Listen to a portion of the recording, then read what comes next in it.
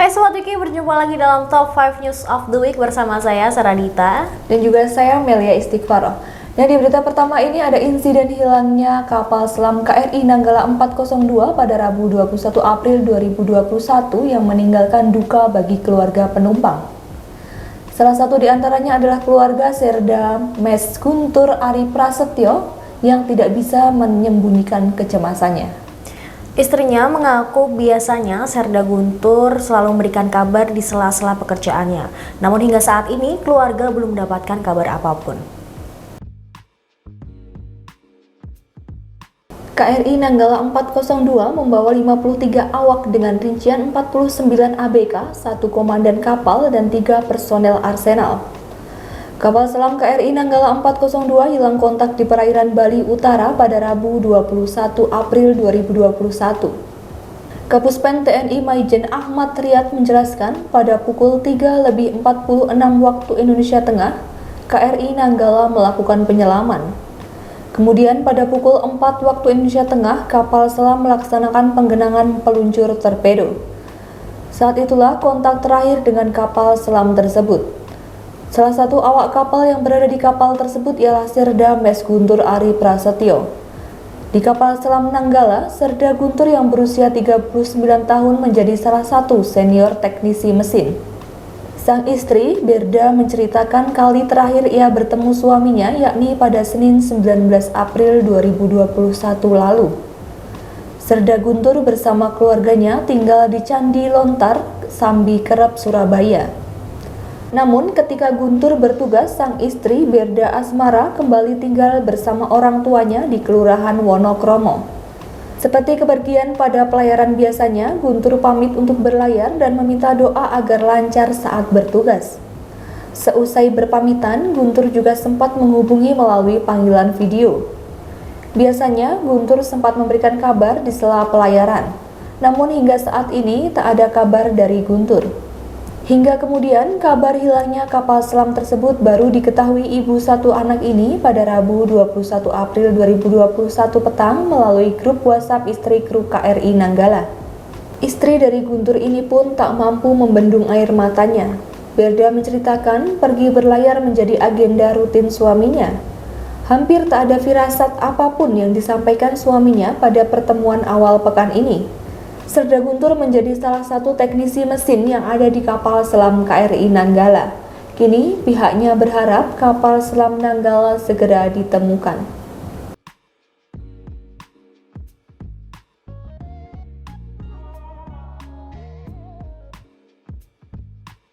Rumah tangga komedian Sule dan juga Natalie Holscher dikabarkan sedang tidak baik-baik saja. Isu keretakan rumah tangga pasangan ini bermula dari hilangnya foto-foto Sule dan juga anak-anaknya dari Instagram Natalie. Sementara itu, Sule mengatakan bahwa permasalahan rumah tangganya bukanlah untuk konsumsi publik. Ia juga berharap ada jalan terbaik bagi rumah tangganya tersebut. Sule berharap ada jalan terbaik dari Tuhan untuk pernikahannya. Pelawak berusia 44 tahun tersebut juga menegaskan dirinya sudah berusaha untuk memperbaiki hubungannya dengan istri. Namun, Sule menolak memberikan penjelasan lebih jauh terkait kondisi rumah tangganya. Ia menilai permasalahan keluarga bukan sesuatu yang baik untuk dikonsumsi oleh publik. Sejak prahara rumah tangga itu mulai muncul ke permukaan, Natalie Holscher dikabarkan sudah tak tinggal satu atap dengan Sule. Ketika dikonfirmasi akan hal tersebut, Sule terkesan enggan menanggapinya. Sule membantah adanya isu perselingkuhan dirinya dengan seorang model. Belum lama ini tersebar percakapan di direct message Instagram antara Sule dan model Tisha Ernie. Sule mengaku mengenal Tisha dan mengirimkan DM tersebut. Namun, percakapan itu terjadi di Agustus 2019 saat dirinya masih sendiri dan belum berstatus sebagai suami Natalie Holscher. Sebuah video yang dibuat oleh YouTuber Joseph Pauzang menjadi viral di media sosial. Dalam video tersebut, dia mengaku sebagai Nabi ke-26. Lantaran hal tersebut, Hussein Sahab selaku salah satu direktur KPMH melaporkan Joseph Pauzang ke Bareskrim Mabes Polri. Hingga saat ini, Joseph Paul Zhang sudah berstatus sebagai tersangka kasus penistaan agama dan tengah diburu oleh polisi. Joseph Paul Zhang alias Cindy Paul Suryo Mulyono telah berstatus tersangka dalam perkara penistaan agama. Hal tersebut disampaikan oleh Kepala Biro Penerangan Masyarakat Divisi Humas Polri, Brigjen Polisi Rusdi Hartono. Joseph Paul Zhang diketahui mengunggah video di YouTube yang menyinggung ibadah puasa yang dilakukan umat muslim. Dalam video itu, ia juga mengatakan bahwa dirinya ialah Nabi ke-26. Dikutip dari Kompas.com, penyidik Bareskrim Polri segera merilis Joseph dalam daftar pencarian orang atau DPO.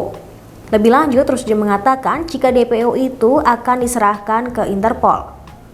Joseph Paul Zhang memenuhi unsur pelanggaran pasal 28 ayat 2 Undang-Undang Informasi dan Transaksi Elektronik dan pasal 156 huruf A KUHP. Berdasarkan penelusuran Polri, saat ini Joseph Paul Zhang berada di Jerman.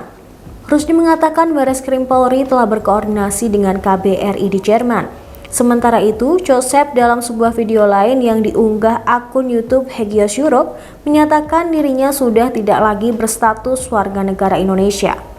Oleh karena itu, Joseph mengatakan tindakannya tidak bisa diproses dengan hukum yang berlaku di Indonesia.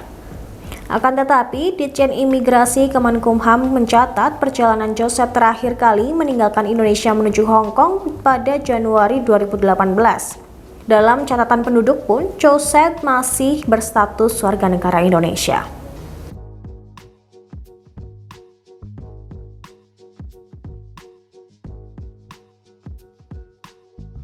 KPK telah menetapkan Stefanus Syahrial dan pengacara Maskur Hussein sebagai tersangka kasus suap terkait penanganan perkara Wali Kota Tanjung Balai pada tahun 2020 hingga 2021. Selain itu, perkara ini juga menyeret nama Wakil DPR RI Aziz Syamsuddin. Aziz disebut sebagai orang yang mengenalkan Stefanus kepada Syahrial.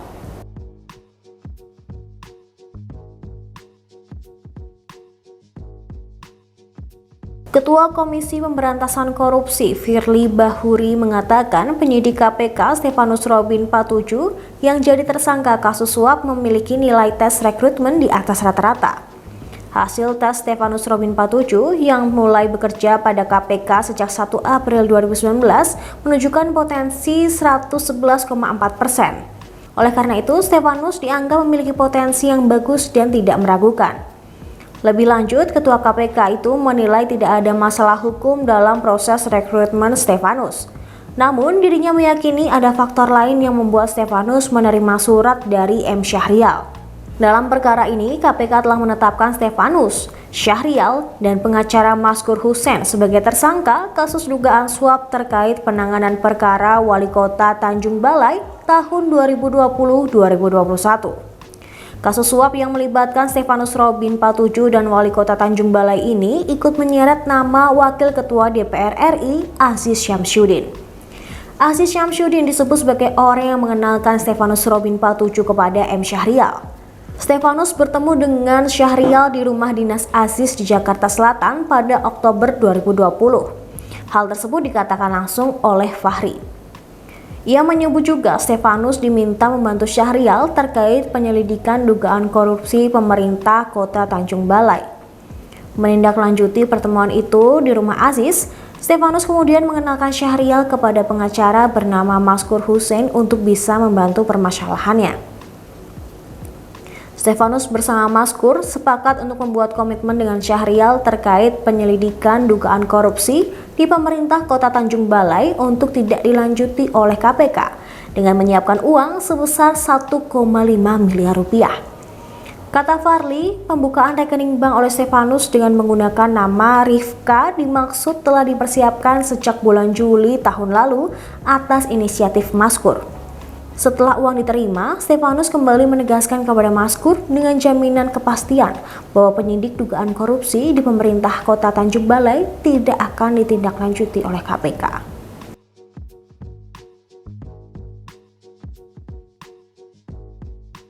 Wali Kota Solo Gibran Rakabuming Raka melarang warganya untuk mudik lebaran. Hal ini juga berlaku bagi Presiden Republik Indonesia Joko Widodo yang merupakan ayah kandung dari Gibran sendiri. Sementara itu, pemerintah melalui Satgas Penanganan COVID-19 juga memperketat syarat dan aturan untuk mudik lebaran tahun 2021. Salah satu syaratnya adalah pengambilan tes PCR yang dalam kurun waktu 1 kali 24 jam. Gibran Rakabuming Raka resmi melarang semua pihak mudik ke Solo. Aturan tersebut tidak diberlakukan bagi pelayanan distribusi logistik. Selain itu, pelaku perjalanan dengan keperluan mendesak juga diperbolehkan. Contohnya, dengan perjalanan dinas, mengunjungi keluarga yang sakit, melayat, serta kepentingan persalinan. Surat edaran larangan mudik itu dimulai pada 1 hingga 17 Mei 2021. Larangan ini juga berlaku untuk Presiden Republik Indonesia Joko Widodo. Presiden Jokowi merupakan ayah dari Wali Kota Solo, yaitu Gibran Rakabuming Raka. Gibran menegaskan bahwa Jokowi pada tahun ini tidak akan mudik ke Solo. Selain itu, pemerintah juga terus melakukan pengetatan mobilitas. Salah satunya dengan memperketat syarat untuk mudik di tahun 2021 ini. Salah satu aturan baru ialah pelaku perjalanan transportasi udara wajib menunjukkan surat keterangan hasil negatif tes PCR atau rapid test antigen yang sampelnya diambil dalam kurun waktu maksimal 1 kali 24 jam sebelum keberangkatan, atau surat keterangan hasil negatif tes Ginos C19 di bandar udara sebelum keberangkatan sebagai persyaratan perjalanan dan mengisi e-HAC Indonesia. Hal ini berlaku juga untuk transportasi via laut, udara, dan juga kereta api.